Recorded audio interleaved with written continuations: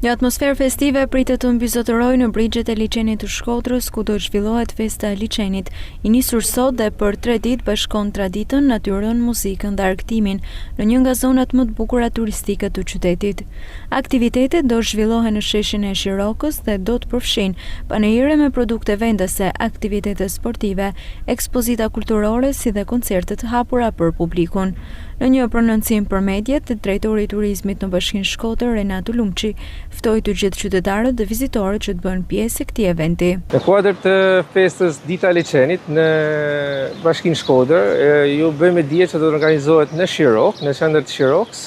Është një aktivitet 3 ditor, do jetë me i organizuar me sporte ujore, do ketë artizanat, do ketë panajirin e fotografive të shpendëve dhe të botës së egër.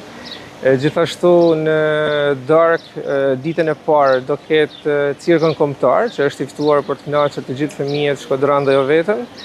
Ditën e dytë, dita fillon me panajirin e artizanatit, gjithashtu dhe me sport ujor, që janë bicikletat në ujë dhe me kanoe.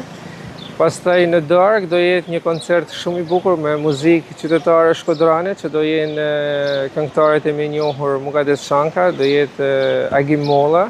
Gjithashtu është edhe orkestra lëvizëse me 4 anëtarë të saj, që është Mark Ujka, Mark Prendi, Duljem Puka edhe Ermis Piran, janë djemë shumë të talentuar që do performojnë në qendër Shirokës.